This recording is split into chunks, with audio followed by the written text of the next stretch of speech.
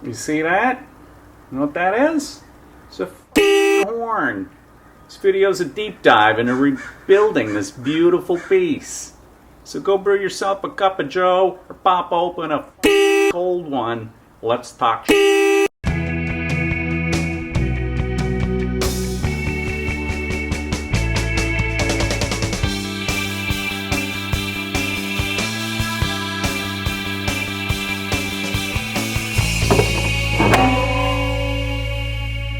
In reading through Gypsy's thread at osrotary.com, I got to where he was rebuilding his horn. And then it occurred to me, where the hell's my horn? My silver car didn't come with a horn. It had already been thieved prior to me taking possession. So I'm taking a look at the green car here. I'm about to pull it. Just want to make sure all these little connections. And the actual ones that come with the wiring harness include this one here. That's part of the Mazda harness. And then this guy here, green and yellow ×2 on a spade. Yeah, green and yellow ×2 on a spade. And then this guy, another green and yellow on, yeah, it's another spade. There we go. So that's how that connects. And it looks like I need a 12mm.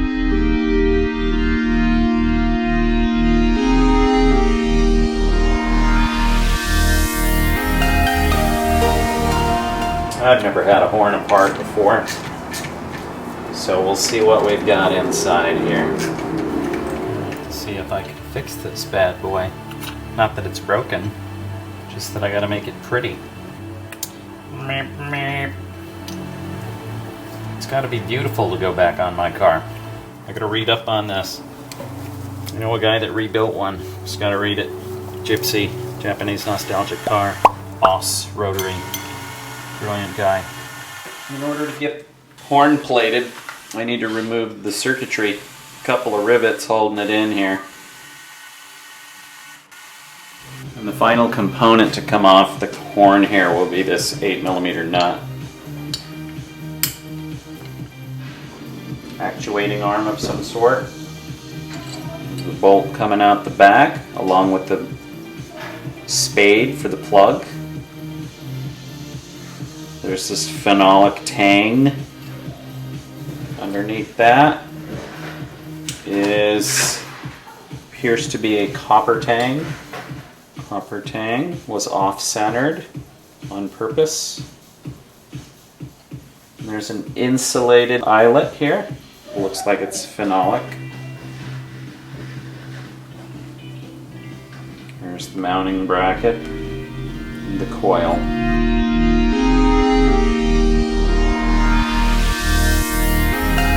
Just about ready to put the horn back together, so I had to get the outer ring and the inner metal diaphragm powder coated.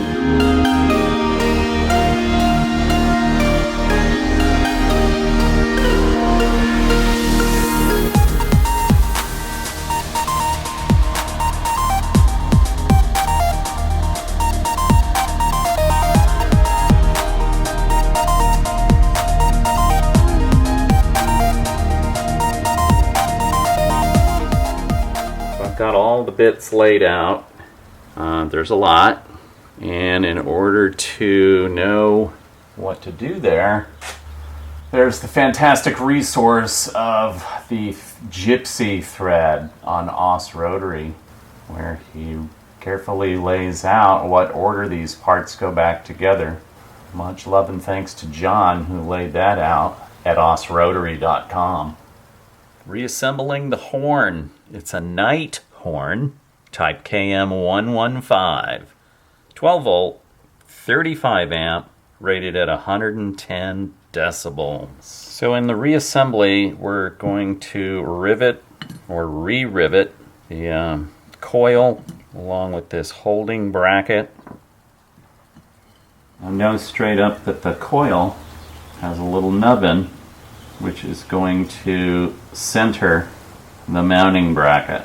Okay, and this eyelet is going to rivet to the horn like that.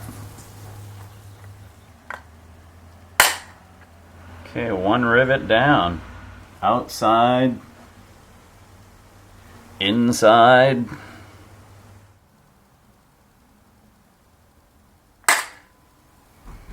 Next is this insular piece, the tang that'll accept the plug that plugs the horn in, and this screw that looks like its head is a rivet, only it's actually a screw. So it's a round head coming in from the bottom. And it's got a little rectangular piece here, so it fits a specific way, like that. I want the spade facing down from the night horn stamping. Okay, so from there, I'm gonna just support that with my finger. Next, the wire from the coil is going to act as a washer. Everything gently routes around this bent flange.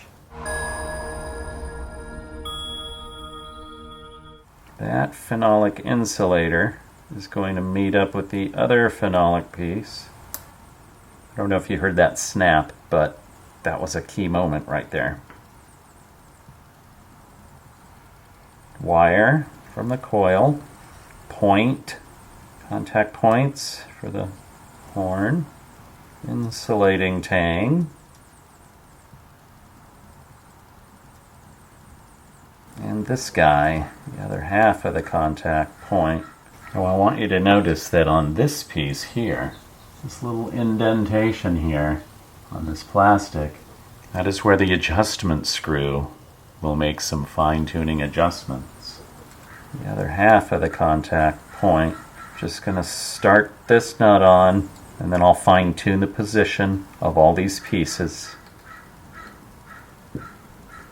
I'm going to hold that. I don't have to hold the back of this tang anymore now that I got a nut on. Let me float this piece over to where it should be. I'm going to float these contact points down into where they should be. Come on, go down under. Down under. There we go. Alright, now I need to align everything here. This phenolic piece is purposely off-centered. That's how it came apart. And when this plunger gets placed on top of that phenolic disc, it's the coil that's going to attract this plunger and make and break that contact point right here. And I believe that's what's going to create our horn sound. This insulated tang here that's going to stick out, there's an alignment hole that you can just put some kind of sharp object in and make sure those two are aligned. And by doing that, we have the right amount of offset here for the tang. Okay, I'm just going to finger tight this adjusting screw until we get this ready to make noise. We'll adjust that soon. I'll put the lock nut down towards the base, but not tight. I don't know if you can see this. There's a shiny spot right here. That's a friction point where this plunger is going to meet with this phenolic insulator disc. So the plunger, this base of the plunger goes in this space here, but this shelf where that shiny spot is contacts with this insulating disc.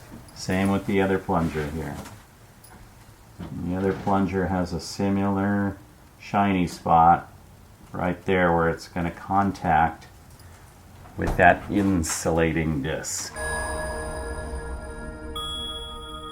There is a peculiar combination of washers that accompany the reassembly of these units. So now let's reassemble the second half here.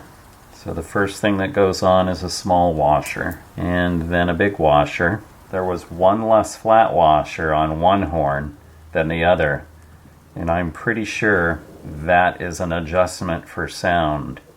And then this diaphragm, another big fat washer, and then this here cone.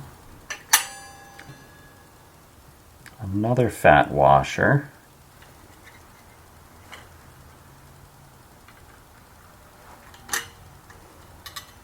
Need to tighten this 8mm nut.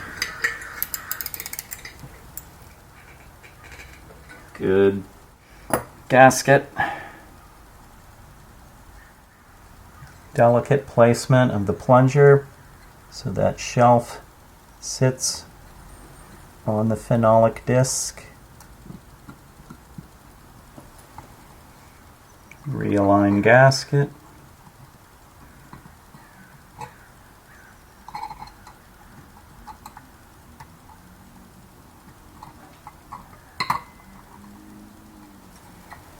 Second gasket. Retaining flange. Phillips head screws go on the retaining flange side, and a nut goes on the horn base side.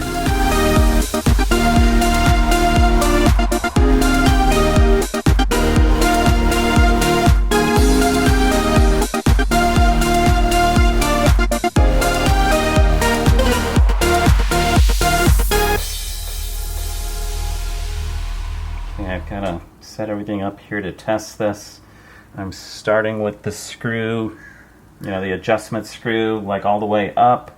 If I plug in and it doesn't work at all, I'm going to adjust that screw.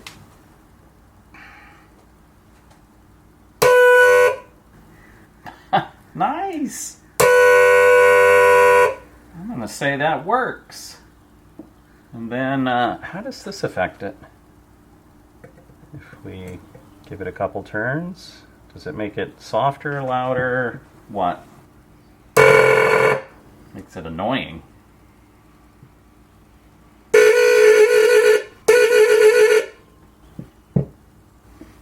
Makes it annoying. What if I turn it in a little bit more? It's like another half turn there.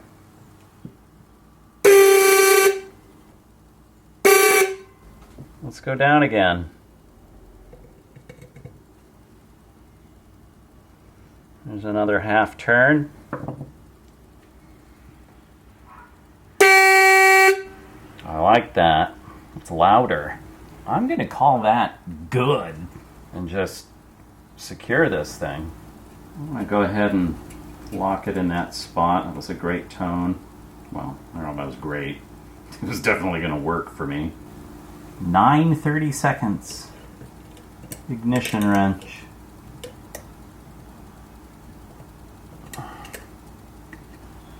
Now I want to repeat that process with the second horn.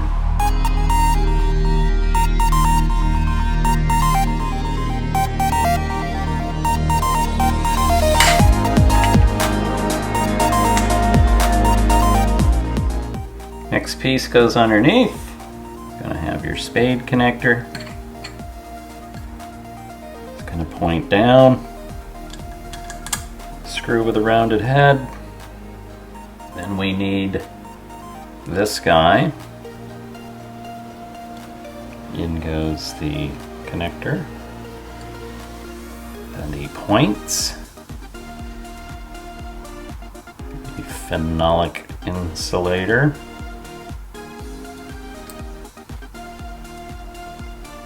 The other half of the points. These two line up. Then they get carefully placed right about there. Okay, adjustment screw. It's gonna go here. Let's get the nut in. Assembling the back piece. Small washer, large washer, diaphragm, another large washer, outer cone, washer.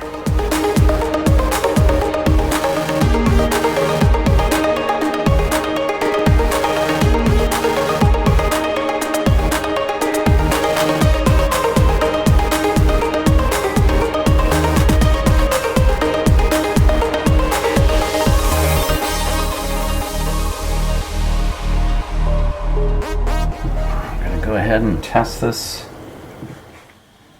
Adjustment screws out. There's our current flow.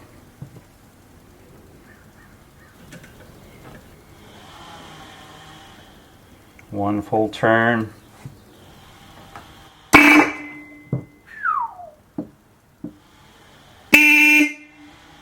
I like that. I like that. Let's try one more full turn. What do we get? If it's softer, I'm gonna put it back. Ooh, that's even better. I like it. Let's do another full turn.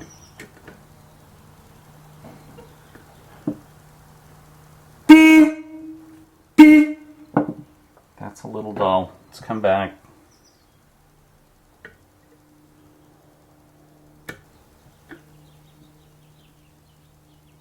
Full turn.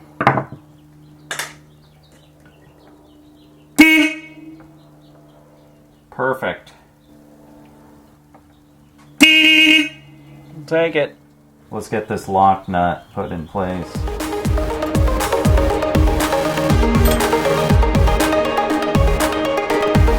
Alright, let's get these two units put on their bracket. So I want the cables facing down like that. I know the wiring harness is going to want to reach up and plug those in.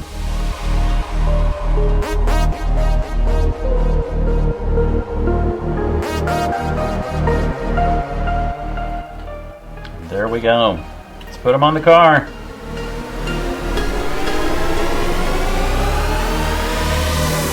Payback.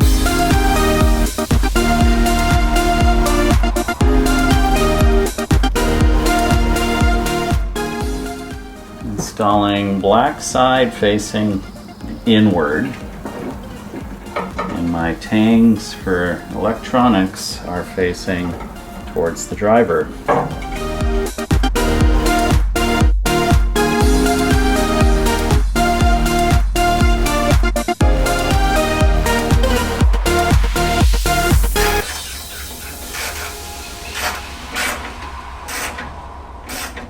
Plug it in. This double wire goes at the bottom.